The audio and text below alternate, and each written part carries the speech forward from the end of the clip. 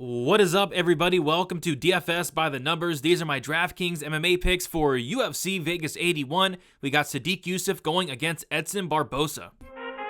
I need all the wins, yeah.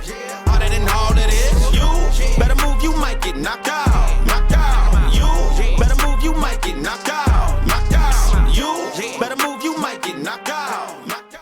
And we are back for another Draftkings MMA picks video. This week we are breaking down UFC Vegas 81. We are once again back in the Apex. And yeah, I'm looking forward to this card. You know, I was looking forward to last week's card as well, up until they took off the Philippe Lins and Ion Cutelaba fight after lock. I'm really hoping there's no shenanigans this card. And yeah, I think it's a fun slate. It's a good slate. I think it's one of those slates where you can clearly see the fights you want to target, and you can clearly see, the fights you obviously want to fade. So I think it's a pretty good card from a DraftKings perspective. Can't wait to break it all down. Before we get into it, if you guys can please do me a favor, leave a like on the video, subscribe to the channel. If you have not already, it is much appreciated. Be sure to check out Underdog Fantasy. I'll be talking about my favorite play of the week later in the video. Last week we hit Kanaka Murata higher than 2 takedowns. She went out there and got at least 4, I think, 4 or 5, but she was able to cash that there. And then other than that, if you guys want extra content, more content, or just want to support me more, be sure to check out dfsbythenumbers.com. There you'll find my fighter stats, target projections, rankings, ownership projections, prize picks content, DraftKings article, just much more, a lot of content on dfsbythenumbers.com, and an optimizer as well. All right, with all that out of the way, I say we get into it. We're going to start with the fight doesn't go to decision lines, and up top we have Terrence McKinney going against Murat, and we have minus 900 for the fight doesn't go to decision. A lot of books have not opened up the fight doesn't go yet, but I'm assuming on some books it's literally going to be over like minus 1,000 for this fight to finish. Brandon Murat's a guy that, it's just he's one of those guys that Terrence McKinney, typically goes out there and beats. Terrence McKinney seemed to kind of struggle against the steps up in competition, but these lower level guys, he seems to go out there and handle them very accordingly and handle them in the first round. So I think McKinney is a very good play. He's a must play this week at 9,500, the most expensive fighter on the card, but most expensive for a reason here. First round upside, and the best first round upside on the card is just if McKinney does not finish Brandon Murat in the first round, it's going to get very bad very quickly. So I think that I'm going to have a ton of McKinney here, but I think Brandon Murat, as far as a pump play, is not like the worst pump play in the world this week, but I'm going to have a ton of McKinney, that's for sure. All right, next we have Edgar Chairez going against Daniel Lacerda, aka Daniel Lacerda. I think on DraftKings they officially have him as Daniel Da Silva Lacerda. But yeah, this fight is must target. So last time these two fought, it was at Noche UFC. I was very heavily exposed to the fight, and then the worst possible scenario happened. It turned into a no contest. I don't think that's going to happen here. I think I'm going right back to targeting this fight very heavily. Daniel Lacerda fights on DraftKings, they must be targeted. He's a killer-be-killed fighter, a 100% finish rate in his wins, and a 100% finish rate in his losses. I expect Daniel Lacerda to go out there, try to look for the early finish, and if he doesn't get it, he's going to look for a way out, look for the door, and Edgar Chairez is going to be the one getting a finish there. So, yeah, I like this fight to target. I think this fight does finish, and it's going to be a one to absolutely have this week. Next, we got the main event, Sadiq Yusuff going against Edson Barboza, minus 250 for the fight doesn't go. And yeah, a fight that I want to target as well. It's a fight where I don't have a strong lean one way or another. But I do slightly lean towards the younger guy in Yusuff. I think Yusuff, as far as, if this fight does get extended, I do favor him. I think I favor the durability a little bit more on the Yusuff side at this point of his career, but I think Edson Barboza is very live here at 7,500. I think somebody's getting knocked out in this one. I think Barboza is going to have some opportunities early, but as this fight goes on, I do expect Yusuff to kind of take over and get the finish in his own right. So a fight that I think is very good to target. I'm kind of split on it. I think I'm about 50-50 with a lean on Sadiq Yusuff. Decent lean on Sadiq Yusuff, actually, as of now, but I think Edson Barboza is definitely a live dog here. And then we have Tainara Lisboa, and she has taken on Oliveira, newcomer here. And yeah, it's not often we see a WMMA fight up here in the top 4 fights to finish inside the distance in a card, but I think this fight is here for a good reason. Tainara Lisboa has never seen the scorecards in her wins or her losses, and Ravenna Oliveira has never seen the scorecards in her wins or her losses. She does have a draw on her record, though. But yeah, 100% finish rate for both fighters in their wins and their losses. I think this fight's going to finish. I do really like Lisboa here. 9,400. She's super expensive, but I think she can go out there and get this fight down to the Madden style on Oliveira. Oliveira, she's taken this fight on somewhat short notice. I forget who Lisboa's original opponent was, but she had to pull out. In steps Oliveira. I'm just not sure she's UFC caliber or really anything close to it. But lowish level fight at the end of the day. Anything can happen, so I think Oliveira is not the worst pump play in the world, but I am more so on the Lisboa side here myself, and I think she can go out there and get the finish. Let's get into our core plays here. Terrence McKinney, 9,500. I'm going to have a ton of Terrence McKinney because you kind of got to. I mean, this is a guy that if he was winning fights, he's scoring very well. He's probably going to be one of the highest, if not the highest scorer on the slate.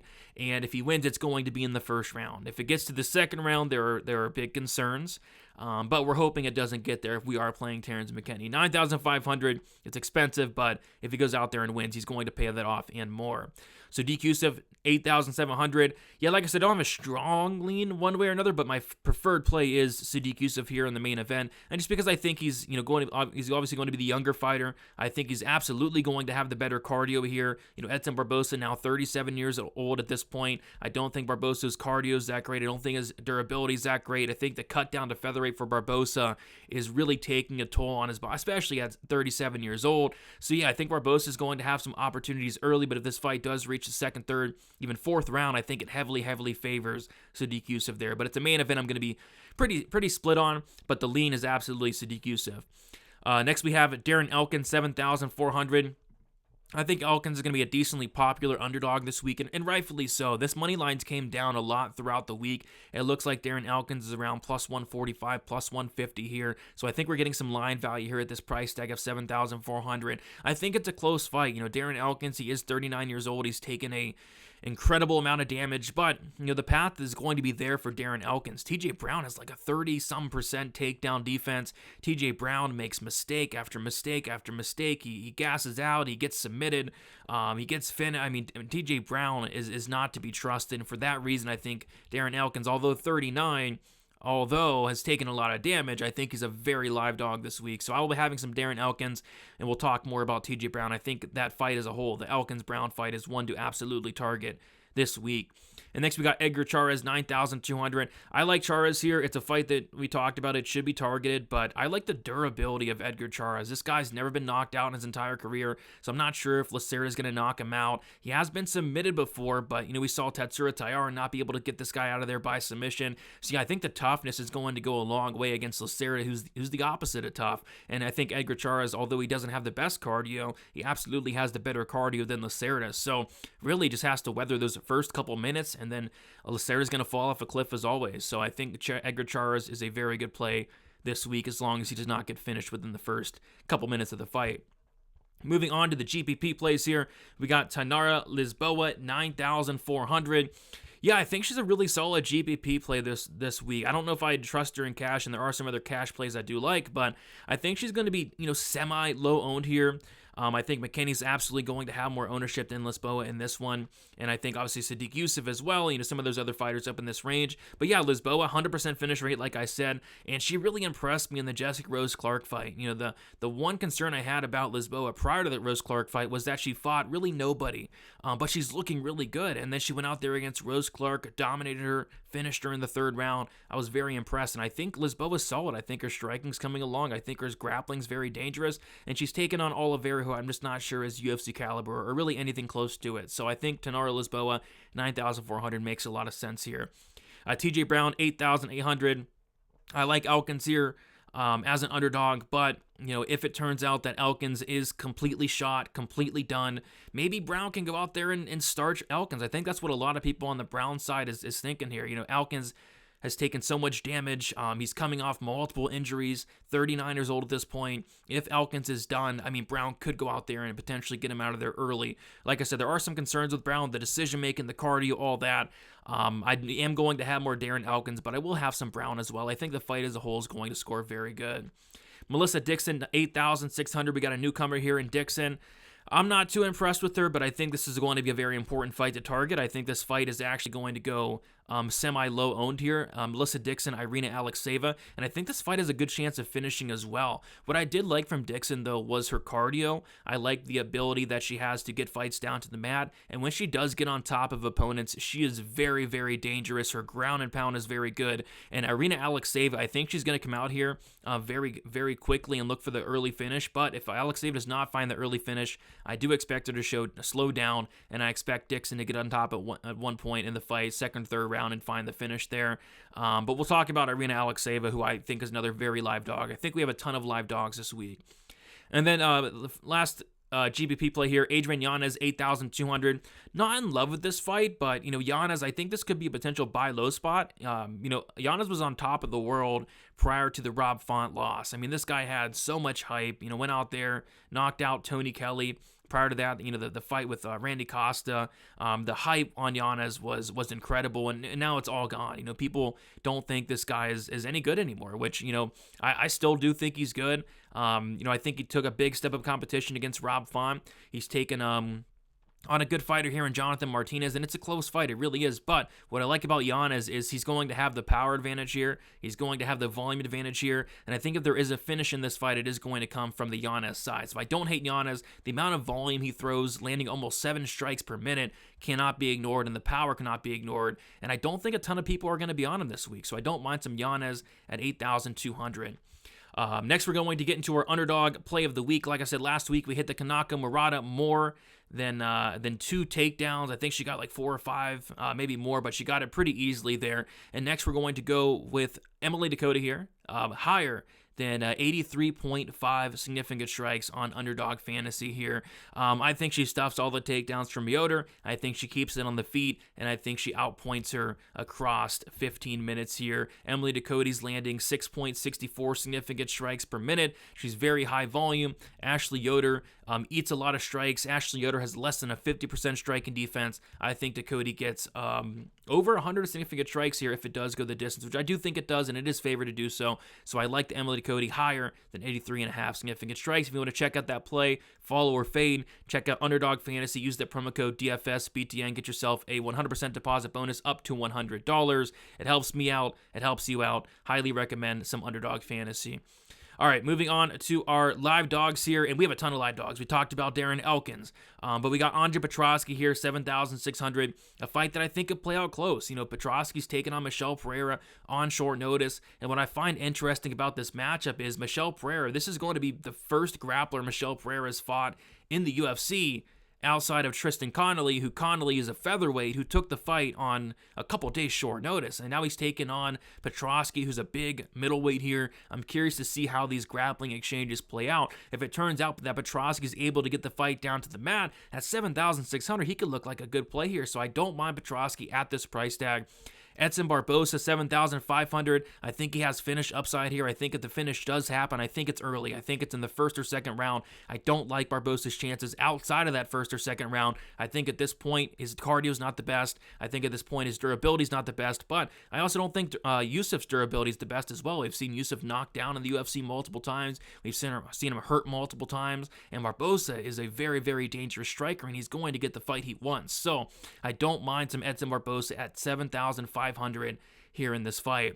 And then we got Irina Alexeyeva, 7,600. Kind of a wild card here in Alexeyeva. We still don't know a ton about her. She was able to go out there in her last fight against Stephanie Ager as a massive underdog, very low owned, and get a first round knee bar submission. I'm not sure if that happens here, but what she will do is go out there. She's going to fight for your money. She's going to search for that early finish. If she does not finish the fight within the first couple minutes, I have some serious concerns about her cardio. But what I do have a feeling is I think Alexeyeva is going to go all out for that first round finish, and if she gets it, she's going to put up a very big score at decent low ownership, I'd say. So I don't hate some Irina Alexeyeva at 7,600. And then we got Cameron Simon, 7,800.